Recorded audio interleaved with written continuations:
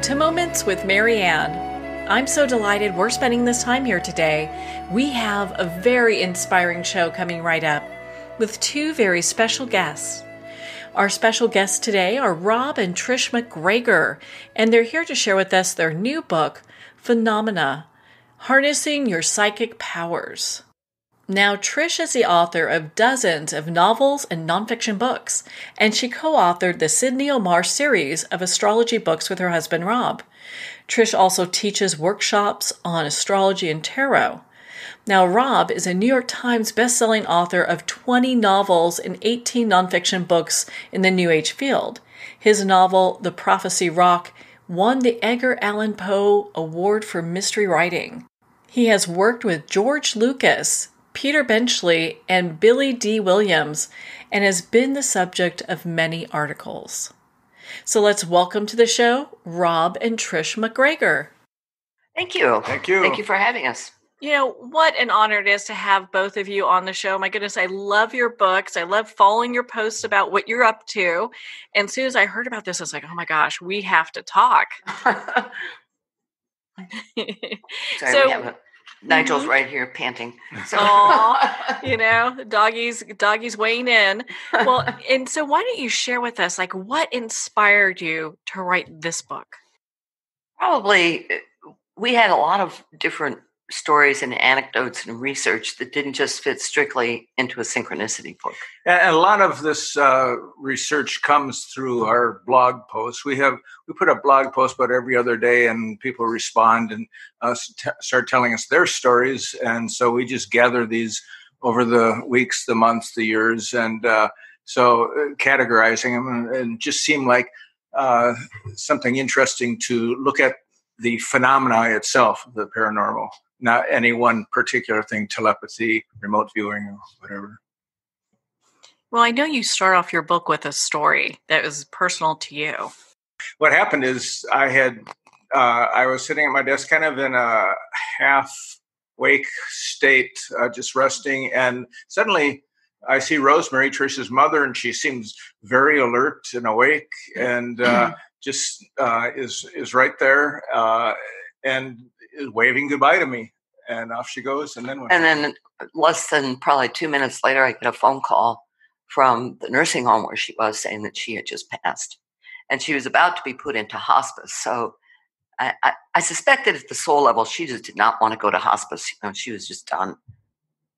Yeah. So she was probably already out of her body at that point when she contacted me. Maybe she had died completely. I had a similar experience with a cousin of mine who I wasn't that close to him, but I knew that he had brain cancer. He was, in the hospital, and my sister let me know that he had died. But before she told me that, I had a similar waking vision of him, that he was suddenly there and he looked very healthy, which surprised me. And he just smiles brightly and says, "What's happening?" And then he just vanishes. And it was like a day or two later, I heard from my sister that he had died. So I didn't even know that was a true vision at the time. But, our joke is that he sees people as they're dying. I mean, it's not a joke. It's just seems to be what he's able to do. That's pretty interesting. A lot of people, I'm sure, have these experiences. I've had one, and either it's really comforting and you know what it is, or maybe some people are feeling like they may need a padded room, you know? Right. Yeah. Well, I think that's part of the problem. That's also one of the reasons we wrote this book. You know, a lot of people experience these things, but don't have anybody to talk to about it. You know, if they talk to say if you're younger and you talk to your parents about it, you're told, "Oh, it's just a vivid dream." You know, so we're just trying to show that everybody has these experiences to one degree or another. And a lot of people hear voices, but it depends on where they're coming from to determine how they react. Some people hear voices, that are very negative experiences, and these are not good experiences. And there's others that find them to be very guiding in their life. Many mediums, for example. So there's an organization we write about that for people who have these experiences get together. It's called the Hearing Voices Network, and it's an international organization, I think, 20 countries or so. And so they try to look at it in a very neutral way rather than the traditional mainstream medicine way was there's something wrong with you if you're hearing voices. Yeah. So they look at it as possibly positive, and some people need help. Well, there's such a range there where basically before it was just, if you're hearing voices, you need help. And now they're looking at it, and that's why I thought your book, both of you, I mean, the books that you write and in the work you're involved in really help people to kind of discern, hey, is what I'm seeing a psychic phenomena, or is this actually something that, that is maybe different? Right. Well, there's a town in Central Florida, just north of Orlando, called Casadega. And there, everybody hears voices because it's a town of psychic mediums. It's a spiritualist community. And we have a friend who lives there. We've known her like 30 years. Since Trish and I first met, we started going up there from time to time and just seeing Hazel. And she gave me a reading once that was pretty astonishing. It takes Hazel a while to get into it, where she's starting to make contact from the other side. And when she does, it can be startling. She told me, okay, I'm getting some person with the letter J, and he's pointing at his head. And then she said, well, does this make any sense? There's two of them, J. They're pointing at their heads. And I said, wow, because one of them was my cousin, who I mentioned, John, and we had a friend, a writer, science fiction writer friend, Jay, who had died. Both of them died of brain cancer within the past 12 months when I had that reading. So, that was pretty startling that she was really, I mean, you can look at it two ways. Either she's pulling this out of my mind somehow, or she's connecting with the other side, with the dead. Either way, it's pretty interesting. Oh my goodness, that's just amazing. Yeah, and it has me thinking, what changes have the both of you found that have taken place with the paranormal phenomenon, since, like 2005 to today, Yeah, the statistics are really interesting. I think it was 2005 that Chapman. No, it was Baylor University. Yeah, it was Baylor who originally did it. They concluded, it was a study that Baylor University did. They concluded that just 15% of Americans believed in the paranormal. And yet in 2017, yeah. Chapman University conducted a survey of American fears that included a battery of items, on paranormal beliefs. And what they found was that 55% of the study concludes 75% of Americans believe in some facet of the paranormal. And I think part of this is due to, social media, also to television. To movies. Yeah, that's a big jump from 15 to 75. But, it could also be how the surveys were conducted, too, had an effect in it. And who the people surveyed were, but still, it's impressive. It's impressive. And also we found over the period of that time, and actually since 2000, that people are becoming more and more willing to talk about this stuff, their own experiences. When Trish and I first met, we both had an interest in the paranormal, but neither one of us had friends or people around us that had any interest at all. And they just thought it was weird. And so when we met, we had something in common. Yeah, a big thing in common. Oh, now that's a really sweet story. I'd actually been reading books by Jane Roberts, the Seth books, and we didn't know anybody else who'd ever. Well, I knew one person, another writer. Yeah, and I didn't know anybody who had read those books or had any interest. And there's channeled material from an entity called Seth, and those books were coming out in the early 60s, one after another. Mid 60s? No, 70s. 70s. Okay. And 80s. All right, 70s maybe. Yeah. In the 60s is when she started doing her stuff. Right. Well, the work that you've done has made a profound impact, definitely on people being able to be more open to talk about psychic and spiritual phenomena. And when we look at just, how that's developed over time, I mean, to date, it seems like, if you ask somebody, hey, do you know about Seth? There are a lot of people that do. It's not like that's true. A closet discussion, We have one story in our book. We have a chapter on out-of-body experiences, and there's a very interesting section on a man who was a police officer who's had out-of-body experiences all his life, never had anybody to talk to about it because, if he starts to talk to his fellow officers about at night traveling out of body, he might get in trouble, and lose his job even. So he kept quiet about it. But finally, it's probably 5, 6, 7 years ago that he started writing about it under a pseudonym and putting stuff on the internet. And then he contacted me. I'm not sure why. At one point, just found something that I had written. So we started communicating, and I got him to stop using the pseudonym, come out as who he is, and tell his story. And and last week we had him on our own podcast, The Mystical Underground, and the first time he'd ever spoken to about it, in any format like that. So that was interesting. He's still working. He's not a police officer, but he's the top security person at a hospital in Central Texas. So.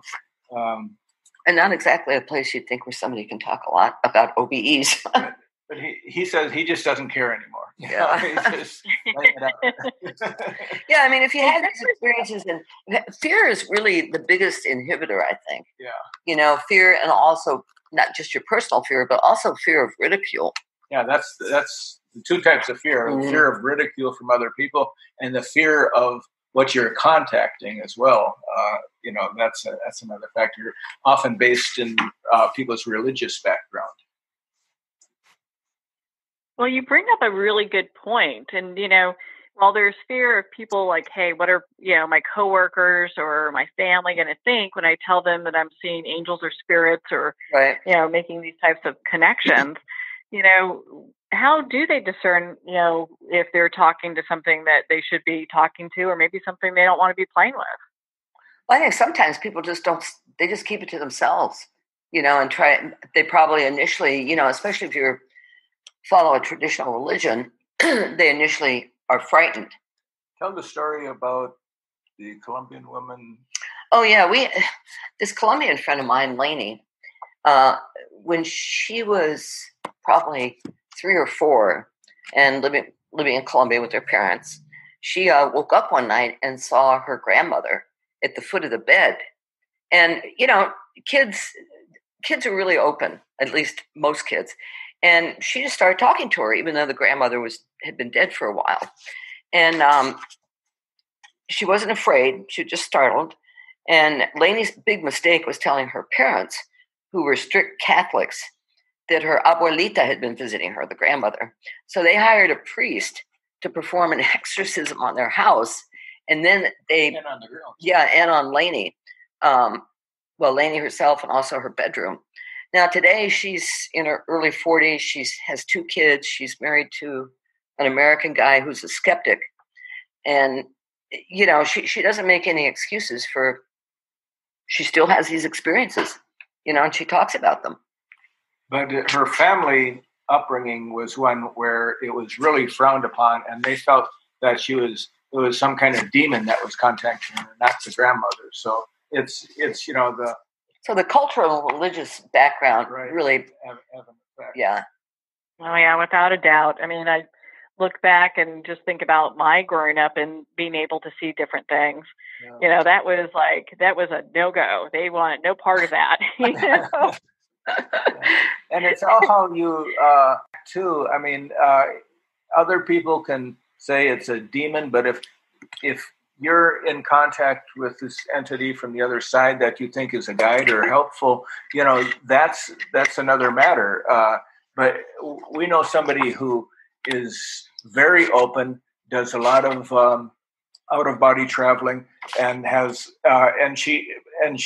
she's somebody who Susan, who is spends 2 or 3 hours in the afternoon just in this trance state. I mean, she's been doing this for years. She's a retired veterinarian. She retired when she was quite young, in her 40s, and she has opened the door, and she has something that is very negative, non-human entity that is just attacking her, and she's fighting it off. And it's like a story in a from a movie. I mean, it's we get updates from her, and she's writing a book. Yeah, she's writing a book. We're helping her with the editing and guiding her on it, and it's quite a story. So that sounds like quite an experience. Yeah. Well, how were your parents toward you? I mean, yeah, they were totally not open to the idea. Not at all, because of growing up Catholic. I mean, the only people that could see angels or spirits have to be priests or nuns.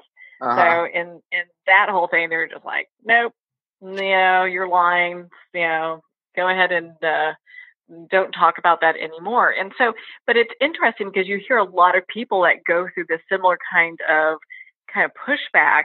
And that's why I loved your book so much, because I think a lot of times, I'm sure this is why so many people love your books, is because there's a lot that people can resonate with right there. Yeah, I think so. Yeah, there is. And also, I mean, we're heavy on stories, but we figure that stories are part of how you make your point. That people do experience this, and people from all different walks of life. Yeah. I also want to mention that in my upbringing, I was very fortunate. My mother was Catholic and brought me up as Catholic, but she was not like that. As we mentioned with our friend in Laney, Columbia, and your experiences, she was psychic herself. When my father was not a Catholic, not religious, but he was very open to spirits, ghosts, and anything unusual. The unknown, mysteries of the unknown fascinated him. And I grew up thinking that, of course, everybody's interested in this. But then I found out it's not true at all. Well, you know what? And that really explains a lot, having that kind of support, in your upbringing, why you guys have such a drive to find out information about this type of topic.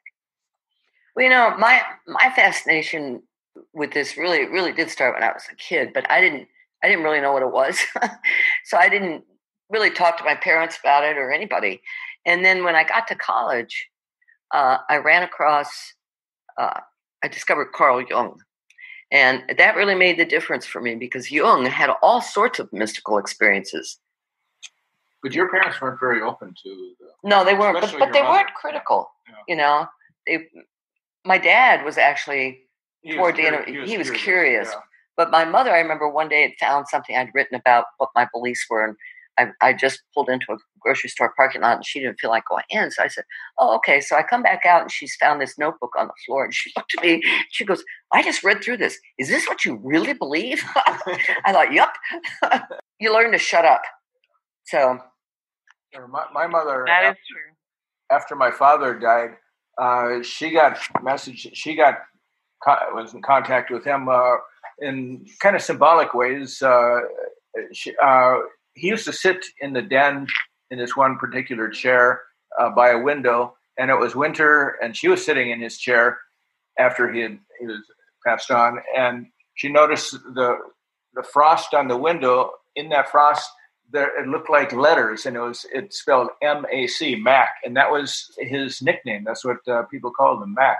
And so that to her was a symbol, a sign that he was around. And then another time she was downstairs doing the laundry, and she saw this globe of light moving towards her, and then it vanished. And she just felt that was him.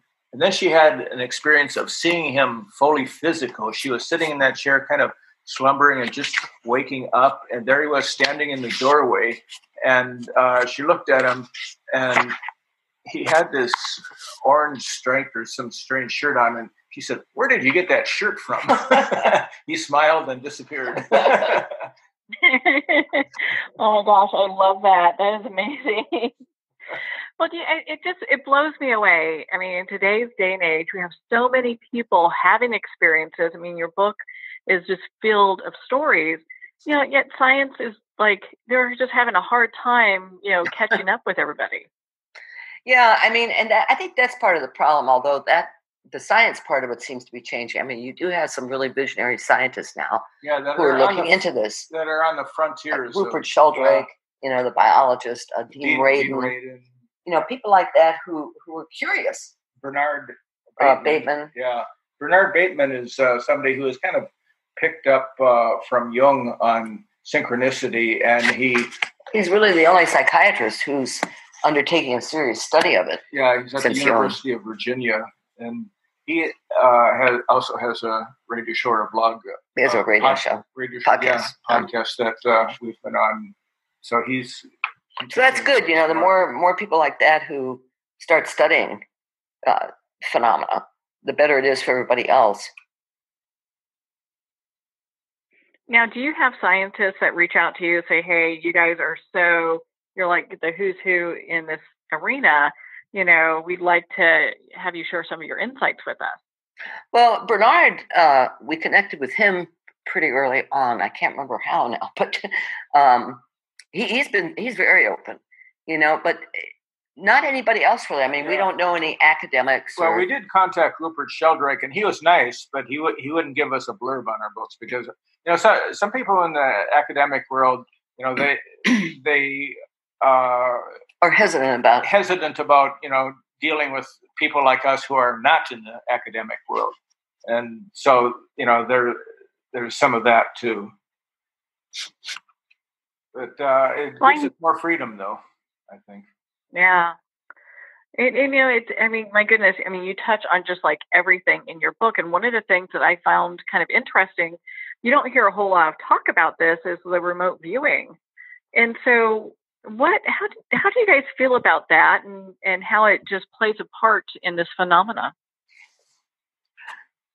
Well, remote viewing is the same as clairvoyance, being able to see at a distance, and it's been something that's people have experienced and written about and talked about for centuries. But in the past, I would say, 30, 40 years, it's taken on a new form or a new perspective because the military got involved with it, the Army and the CIA in the, I think, late 70s. It's for Stargate. Yeah, for Stargate program.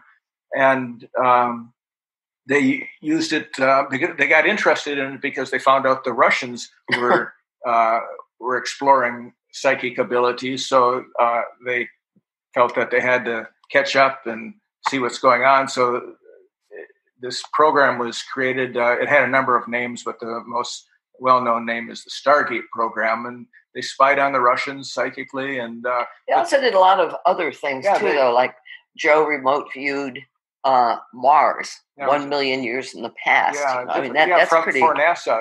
We're talking about Joe McMoneagle, who is considered number 001 remote viewer. He was with the program from the beginning and stayed right to the end. And we've known him and his wife, Nancy McMoneagle, who is the director of the Monroe Institute in Virginia, which studies out-of-body phenomena.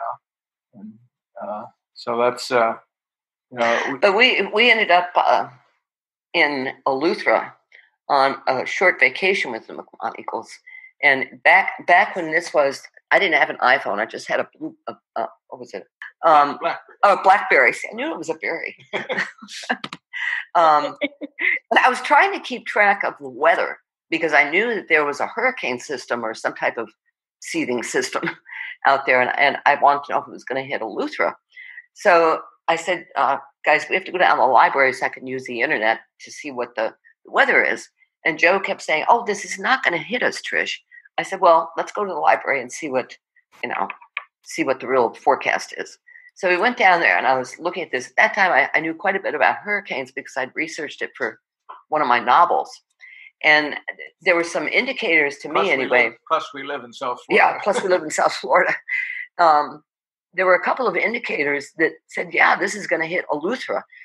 And Joe, despite how psychic he is, since he wasn't really specifically tuned in on this system, he said, no, it's not going to hit us. I said, yeah, I think it is. I think we better go get some supplies. So we went to this little store and picked up, some canned goods and food and paper towels. And I remember Nancy saying to me, why do we need paper towels? And I said, okay, here's the deal. We are probably not going to have water if it hits here. We're not going to have this. We're not going to have that. Sure enough, this system hit us. It was only a category 1, but with a lot of rain. With a lot of rain. Yeah, we got trapped on this island. On the end of the island, the only road out was flooded to 6 feet deep, and cars could not get in or couldn't out. Flush the toilets. Yeah. So Rob and Joe had to go down to the ocean to get water to flush the toilets. Buckets down, and there are huge waves. Oh, wow. A bucket, and suddenly a wave washes completely over us, and we get a half a bucket of water out of it. And, oh my goodness. Imagine that. Plus we lost power for 5 days. Yeah. I mean, it was not a vacation. We were basically trapped there.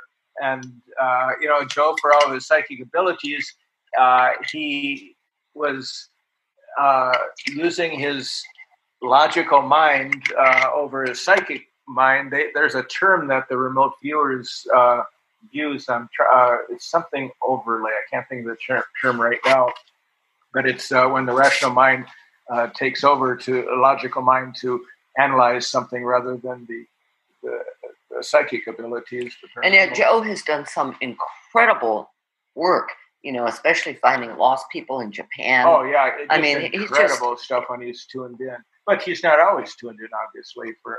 We were trapped on that island for quite a while, and finally this huge truck came. It was able to get in, where you had to climb up a ladder in order to get into the cab. I mean, it was so big. It was able to make it through the water and get us out of there to the airport. Yeah, to the airport. Oh my gosh! You guys are adventurers. My goodness. Yeah, that was the kind of adventure you want, really. You just want to go someplace and have some fun, Well, I mean, here we talk about, adventure out of body or, on the other side. And you guys just went for the straight adventure on land. Yeah. Oh, my goodness. Well, I'm glad that you were safe through all that. It's interesting with remote viewing. I mean, that is just a very interesting topic and how it's being used, And then also, I know your book talks about telepathy, and I'd love for you to share about that for our listeners. Yeah, we happen to live next door to a woman who's one of identical twins, and for a while, her twin and her family was living with Annette. And so I said, "Hey, you guys, you're identical twins. Scientists recognize that you guys have all kinds of telepathic experiences. So give me an example." So her sister, Jeanette, is one who was living with Annette, says, "Oh, you wouldn't believe how many adventures we've had with telepathy." So they told me that some years ago when Jeanette was a representative for Chanel, and she was living, I think, in Tennessee, and Annette was living somewhere else. So one night, Jeanette and her boyfriend heard this tremendous crash in the bathroom. And Jeanette they both bolted awake, and she said, "Somebody's in there. Somebody's broken into the house."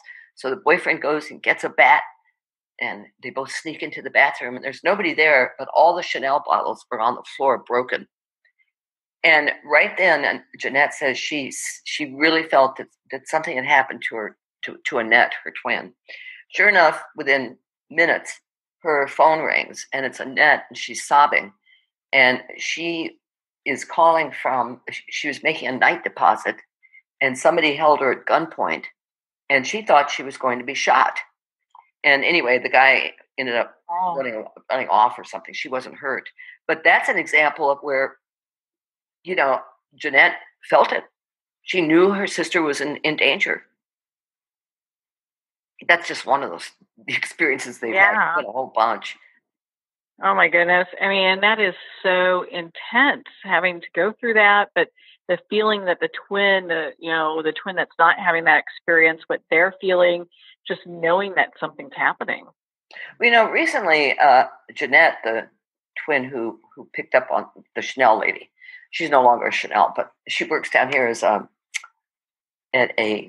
some type of dermatologist clinic. But anyway, she recently had back surgery. And I asked Annette, I said, okay, so when your twin was in surgery, did you go through whatever she was going through? And Annette said, no, she didn't. She goes, it doesn't always work in that way. It seems to work for them when one or the other is in danger. But Trish and I have these telepathic experiences all the time. We just kind of take them for granted, and it's not really necessarily in situations of danger for us. For example, last night I had just decided that I would contact this man who has the Mitchell Hedges crystal skull. He's the caretaker of it, Bill Holman, to come on our podcast. And just as I started to go to Messenger, Trish says, "Have you contacted Bill Holman yet?" I said, "I'm doing it right now." We hadn't been talking about that either. I think part of that is if you're married a long time, you kind of pick up on each other's cues too. Well, it could be a little bit of both, right? Yeah. Oh my goodness. Well, it's just interesting how that happens, just knowing how the other person's doing, because it's almost like your spirit comes in tune with another spirit. Mm-hmm. Right. Yeah. Well, also the connection telepathically between parent and child is pretty strong, I think. There have been times when I just knew that Megan was upset about something, and I would call her and she'd say, "Oh, this happened or that happened." You feel it. Yeah, for sure. You're able to make that connection. And gosh, we're covering everything here, so I might as well ask this question too. How about people that actually? And we kind of talked about this a little bit about being able to hear and see things, but when people see things, what's that like? And I'd love for you to give an example for our listeners. I'll give you an example. One time, since my parents died, my mother died in 2000. My dad passed in 2005. And he had Parkinson's and she had Alzheimer's. So over the years, I tried to keep track of their progress in the afterlife through dreams. And sometimes I would be successful and sometimes not. But one night, Rob was teaching meditation at a gym. And he did this eyes half open meditation, and you were supposed to see what you could see what came up. So in the corner of the room, I suddenly saw my mother, and she looked like maybe 35, 40, much younger. She was 84 when she died. And she was happy, and she was directing all these people into what looked like some sort of theater. I thought, wow, this is really cool. But she can walk. She's cognizant. She's happy. And then she waved, and my dad comes sprinting into the picture, gives her a hug, and then they both seemed to realize that I could see them, and they disappeared.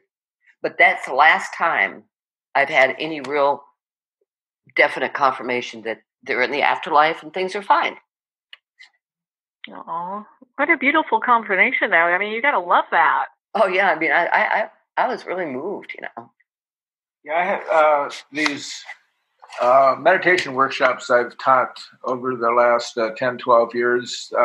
Had some unusual experiences. It all depends on the people, of course, and their interest in this kind of phenomenon, because I push it towards the end with spirit contact as a possibility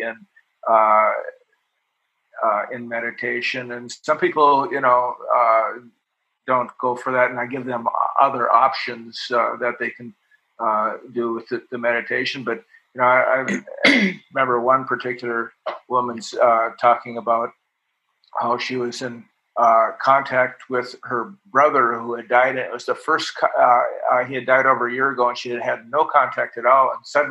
And she was so happy that she'd taken this meditation course, because she had finally come into contact with him. It was just verification for him. What he said, he smiled and said that he's okay, and went off on his own. And that's usually the common message when spirit contact is that with lost loved ones that have died recently, is they're coming back just basically to tell you that they're okay. Although we had a really strange experience in 2015, I think it was, Whitley Strieber's wife, Anne, passed away. And I had found out about it the next day. So as I was writing him an email saying how sorry I was, I started to write. What I wanted to write was, if you need anything, please let us know. And at the moment I wrote that, there's a tremendous explosion in our family room, which is right off our offices. And it was so loud, our dog leaped up off the couch, and Rob and I both shot to our feet thinking maybe a transformer had blown, or the TV or the stove or something. Something had happened because it was so loud, but nothing. There was no sign of anything out of the order, except for that explosion had been very loud. And so I wrote Whitley, and I said, I finished my email telling him what had just happened, and he says, "That's Anne. She's talking to you," or something to that effect. She's back. She's back. Yeah.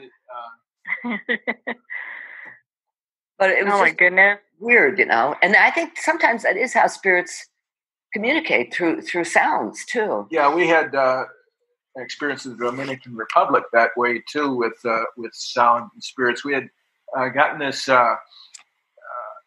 hotel. We signed up for a room in this hotel that was right on the beach. It looked really nice, and on the internet. Yeah, found it on the internet. But then when we arrived there, the court, it was like the building was like 3 buildings, the back and the 2 sides faced the ocean with this courtyard in the center. But the courtyard wasn't a normal courtyard; it was a graveyard. It was a cemetery, and so our room was right on the cemetery. Wow. Yeah, it's strange. And so one day the gate to the cemetery was open, so Trish and I walked in, and we thought this was like a historic cemetery or something, but there within 5 feet of the gate this was a windsurfing vacation we went on. My daughter and I were windsurfers. A shop. Yeah. And so there was a grave from somebody who had died 4 months earlier. It was a windsurfer, and the top half of his board had been cut off, and that was the grave marker. And so that was odd. And then a grave digger walked up to us who had been digging a grave, and he wanted to show us something. So what he wanted to show us was that he was digging for a burial, but he had come upon a coffin that was down lower. He said, because the sand from here just keeps coming in from the ocean, and the graveyard rises, so there's like levels of the graveyard. So we decided now we didn't really want to see that. So I just happened to bend over and picked up a rock, and we left. And by this time, our daughter was, said, I don't want to be staring at this graveyard. She was about 12 years old at the time, 12 or 13. She said, I don't want to be staring at this graveyard. Can't we move somewhere? So we did. Yeah, we talked to the management, and they got us an apartment on the side, which was closer to the ocean. So now our porch, instead of facing the graveyard, faced the ocean. However, the door to the apartment was actually closer to the graveyard than before. But anyhow, so that night, our first night there, we go to bed kind of early, 10:30, 11. Megan is already asleep in the back of the apartment. And we go to sleep, and probably maybe sleeping, and falling asleep maybe less than half an hour when I heard this boom, boom, boom, 3 times, like a wrecking ball hitting the side of the building. There's a pause, and then again, boom, boom, boom. 3 times we heard the 3 sounds. And after the 3rd time, I couldn't tell whether is this happening or am I dreaming. And I sat up. Trish simultaneously sits up. She has heard the same sound, and it was a feel, but it was exhilarating. It was exhilarating. I mean, we both felt very elevated from this experience. It wasn't scary at all. And then the television came on. We hadn't even been watching television. So that was contact through sound, and it was very positive. But it's because Rob picked up that rock. Maybe. I think it is. And so the next day he went and put the rock back in the cemetery. I think it was that windsurfer. Everything calmed down after that. Yeah. I picked that up near the windsurfer's grave, actually. So the next day I went down and asked the manager, I said, do you have ghosts? He goes, oh, yeah, they're all friendly. I thought, okay. Oh, my gosh. Yeah, but it's true, though. I mean, spirits can attach to different things. So, if you're getting that kind of reaction, most people would never even think, maybe I need to go put the rock back. That was the first thing we thought of, because as soon as Rob picked up that rock, I thought, uh-oh, I don't know that we should do that. Oh, boy. Well, so when we talk about, psychic phenomena and all that, how does our emotions come into play, when we talk about like visions? I mean, is that a factor? I think emotions are always a factor. I mean, trying to think of a specific example. Well, I'll give you an example. One day we were at the dog park, and this woman came in with her dog, and I knew she had just lost her husband. So I asked her, I said, I always ask people this, has he been around? Have you had any contact? And she said, actually, yeah. And she said, it's been so comforting, especially after you lose a spouse or a child or whatever. I think that kind of contact is comforting, really deeply comforting. So, and the only reason she was able to kind of wrap her head around whatever it was, there were a couple of different experiences she had, but it's because she emotionally, she really needed to know. I think that's an important factor. Sometimes, I just gave that one from the Dominican Republic where we're really energized by that contact, but we also had an experience where it was just the opposite, where we were scared out of our wits with contact. And that was at this community, the spiritualist community called Costa Vega. They have an old hotel built in the early 1920s, a Mediterranean-style hotel. And one time we were the only ones in the hotel. It was, I think, March. It was April, during Bike Week. Yeah. In Daytona. So that's a big thing where everybody who was traveling around Central Florida was going to Bike Week, and Costa Vega was empty. And we're the only ones staying there. We had a room, actually it was a suite in the second floor. And we were up late reading about 1 o'clock or so when suddenly we heard this clomping sound coming down the hall. We were at the up the stairs first. Up the stairs and down the hall towards us. And heavy footsteps. Like the person's wearing boots or something. Yeah, and just is almost thunderous coming towards us. And just this feeling of negative energy coming towards us. And dread. Yeah, and it stops right in front of our door. By this time, we had pushed the dresser in front of the door. What a stupid reaction, We I could imagine. Yeah, we pushed the dresser in front of the door because, whatever it was, I don't think was human, and there was no way I was going to open that door to see what it was. And even then, it rattled the doorknob. Yeah, the doorknob rattled. And our daughter was like 1 year old at the time and was sleeping, and Trish scooped her up. I was looking for an exit down the fire escape. Oh my gosh. That's the only time we've had a frightening experience like that, I think. And so, it's not because we were, naturally afraid of spooks, that wasn't it at all. But whatever it was not a friendly visitor. Well, and you get this sense if it is or it isn't, Right. So, I mean, you can get a sense of like, oh, this is a family member visiting and they're having fun and playing. And then another sense is like, we need to look for a fire escape or something. Yeah, I mean, so I think that's also how emotion enters into things. I mean, when you have an experience, you can feel its importance.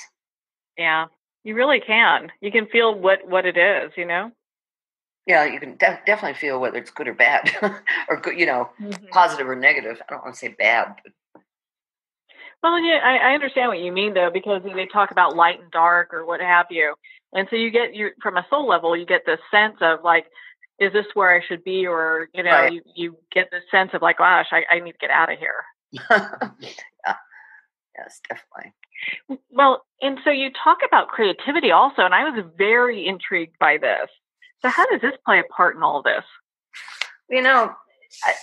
So many things have happened in terms of the creative stuff that sometimes I think that, especially if you write fiction, when you're really tuned into your story, you may end up tapping into the future. It may not be something that you want to do, but it happens.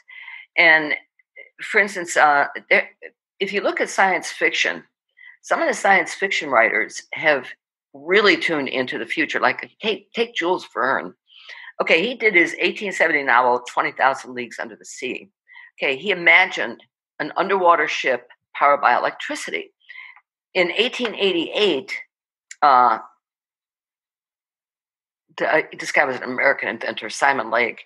He was inspired by Verne's novel, and he invented his own submarine, the Argonaut, based on what Verne had written. But there are a lot of examples with science fiction, like Ray Bradbury's Fahrenheit 451. He describes little seashells like thimble radios that are portable. Portable headphones already existed, but they were massive and heavy. So Bradbury's thimble radio from 1953 book really looked like earbuds. That's another example. Yeah. There's also examples That's of really interesting. Novelists who have tuned into events as well. The Titanic was one event that was written about by an author. Can't remember his name. Yeah, who this was like 14 years earlier, and the name of the ship was the Titan, and very similar name, and it also was in the North Atlantic and hit icebergs, and it was just the description of the size was very similar to the Titanic, and it's just eerie. That story. I know his last name is Robertson. I can't think of his first name. And the story is about the Titan, and I think that's the title. And so that's something he seemed to have tuned into that event. He had remarkable similarities, like a list of 20 different things. Even the number of boats, lifeboats, were not enough for all the people aboard. And of course, that was the same with the Titanic. Another example would be Philip K. Dick, who was a prolific short story writer. And the Minority Report was based on one of his stories. Okay, that came out in, I can't remember, I think 1990? Minority Report, somewhere in the 1990s. And one of the things that they did in the movie was this universal touchscreen technology, which didn't exist at the time. But in 2013, researchers at the University of Bristol announced they had developed something called ultra-haptic technology, which allows for the touchscreen without touching, just like in the movie. In the movie, they just pass their hands over the screen without touching it. So there's something else, Mm-hmm. But I think one of the most stunning ones happened in 1972 when Regency Press published a novel called Black Abductor. And it's about a terrorist group led by a black guy who kidnapped a college student, Patricia. Her wealthy father was well known and had right-wing sympathies. Now, this refers to the Patricia Hearst kidnapping. Which didn't take place. Yeah, which didn't take place until 2 years later. But here are the things that were similar. Okay, in the novel, Patricia was kidnapped near the campus while she was with her boyfriend and was badly beaten by the abductors. The boyfriend was. For a while, he was even a suspect in the case. Okay, the fictional Patricia initially resisted her captors, but eventually subscribed to their ideology and became a champion of their cause. Okay, the terrorists sent Polaroid photos to her father and described the abduction as America's first political kidnapping. The terrorists predicted they eventually would be surrounded by police, tear gassed, and wiped out. 2 years after the book was published in 1974, Patricia Hearst, daughter of a newspaper baron, Randolph Hearst, and then a college student, was abducted from her apartment near campus.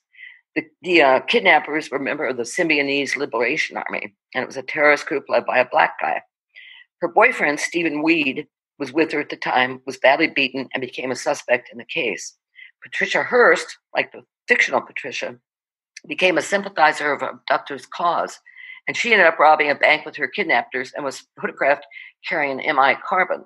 All right, either the FBI was either familiar with the novel or they had read it, because the author became a suspect in the case.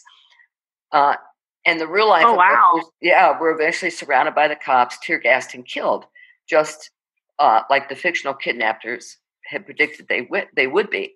So, okay, my question with all this was, had the terrorists read the novel? Or was this just an instance where a creative edge enabled an author to sense the future so deeply that he uncovered these really stunning and eerie details? Yeah, I just don't think that this group would read this book. I don't either. I don't think. Let's go do that. Let's find somebody named Patricia. Let's, try to reassemble this novel. Yeah, they weren't. So it was really, the author really tuned in on something. It's like Edgar Allan Poe did in his novel. It was an unfinished novel. Yeah, an unfinished novel called The Narrative of Arthur Gordon Pym. Yeah, that was it, right. So he wrote in this novel a story about a shipwreck. There are 4 survivors on the lifeboat, and after days of being out at sea, they're out of supplies, and they decide that they're going to eat one of the survivors, and the one they go after is Richard Parker, who's a kid who's a cabin boy, the youngest, I think 17 or 18 years old. It was his first voyage. At sea. And so they draw straw. The way they did it is they drew straws, and he got the short one. So they immediately stabbed him and killed him, and survived on his body. So 47 years later, a very similar thing happens where a ship goes down, 4 people survive, and there's a cabin boy, and his name is Richard Parker. Same name, and he was eaten.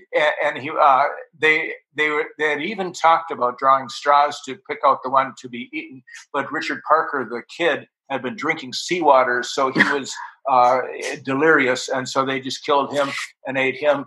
And then they were rescued, oddly enough, by a ship called the Montezuma, which is the cannibal king of the Aztecs. Yeah, cannibal king of the Aztecs. So it's synchronicity and precognition and all kinds of. So Poe really tuned in on something. Even the name, and that's a dramatic one, and that story became known as the best coincidence ever in a contest in London, and it was entered by the Arthur Kessler was the one. Yeah, Arthur Kessler was the one who organized it. Yeah, he'd written a book about coincidence, and the kid who entered the story was actually related to a cousin, but not a cousin, because this was years later, but it related to the original Richard Parker, and so that he entered it, and that was considered the best coincidence ever. That's amazing. That's absolutely amazing that happens. Really horrific, too. I mean, you look at these events that happen, you wonder if it's the same souls that are going through these, like replaying these same events almost. Yeah, that's interesting. I do wonder about that, sometimes when you have these, I wonder if it's a soul thing. It's sure. I'm very curious. Yeah, it is. Well, I think I have time for one more question. I could talk with you guys all day long. This is so much fun. So much great information. I know. We always have such a great time. My goodness. Well, and, So there's this thing called planetary empath. What is that, and how does that relate to us? Planetary empath. Yeah. I think it was around 2010. we started getting email from people about physical symptoms that they were experiencing either hours or days and sometimes weeks before some type of catastrophe. It might be natural, it could be, a terrorist attack. And the symptoms were almost universal.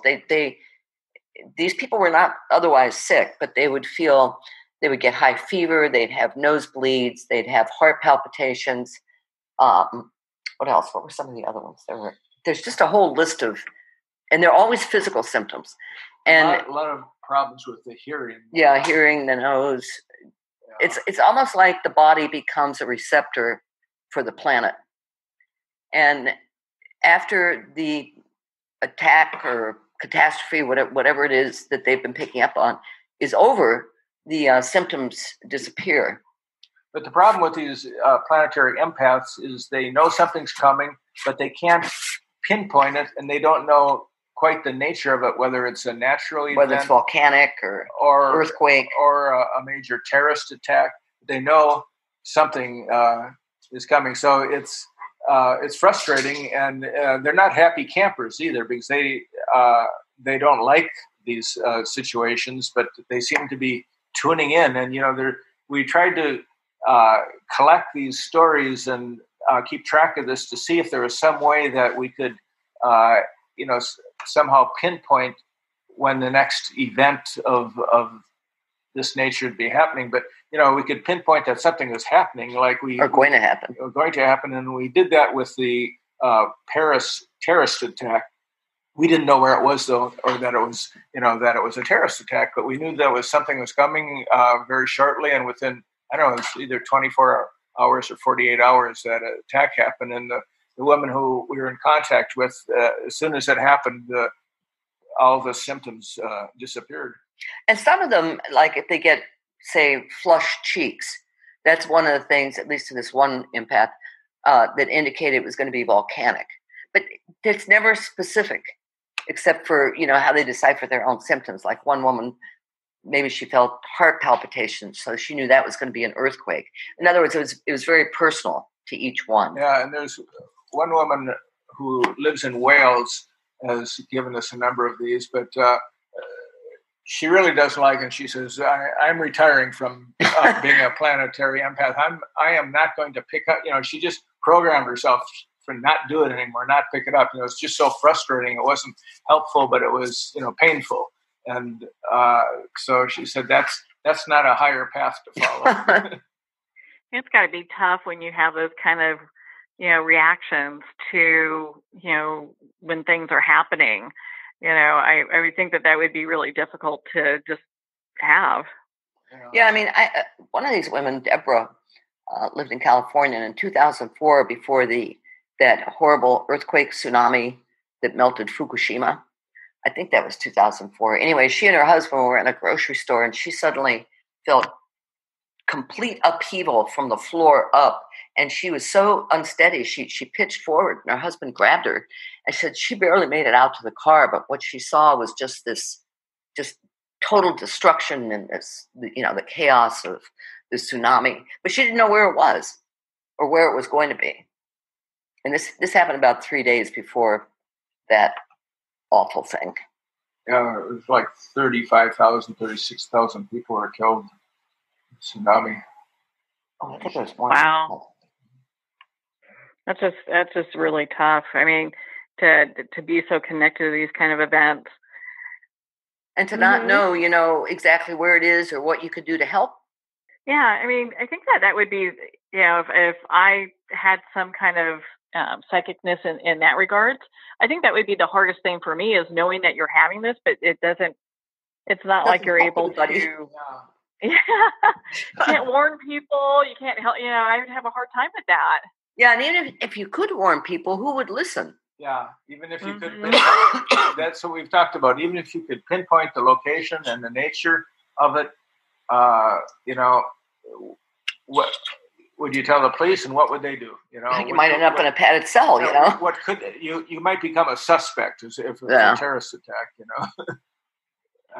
Either that, or you'd start working for the government, right? Yeah, right.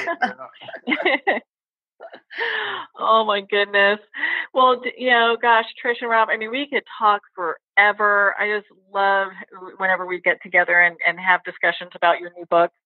Where can our listeners connect with both of you and learn more about your work and be part of your community? Probably blog.synchrosecrets.com. That's where we post regularly. But for our nonfiction books, also go to phenomena111.com. That gives some information about the books. And plus we have a new the Mystical Underground podcast that we started a couple months ago called the Mystical Underground. We are doing that once a week now. Oh my God, that's so awesome. I'm going to have to listen to all of them. I'll send you links, Marianne. Yeah, we got some good Yeah, I want to check this out and listen to it. And gosh, I mean, you guys do such an amazing job. I mean, I highly suggest everyone go and check that out as well. Well, Rob and Trish, thank you both so much for taking the time to be on the show with us here today. Well, thank you for having us. It's always fun talking with you. Yeah, thank you, Marianne.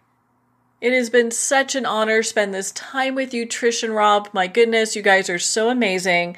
I love the work that you're doing and can't wait to see what you do next. If you'd like to pick up a copy of any of Trish and Rob's books, you can at Amazon, Barnes & Noble, and any indie retailer. If it's not on the shelf, ask for them to order it. Well, we're at the end of our time today. I would like to thank everyone for tuning in. You're listening to Moments with Marianne. And remember, make every moment count.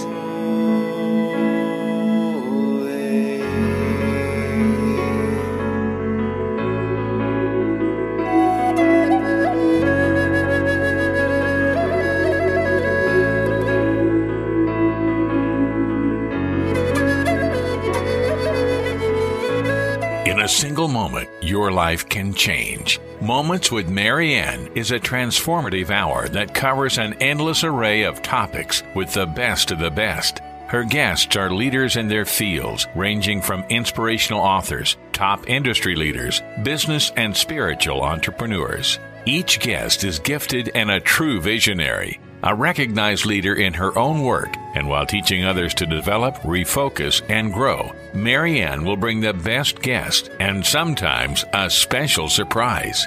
Don't miss this. You never know just what moment will change your life forever. Moments with Marianne airs every Friday and Saturday at 5 p.m. Pacific and 8 p.m. Eastern Time. Make sure to tune in and visit momentswithmarianne.com for more information.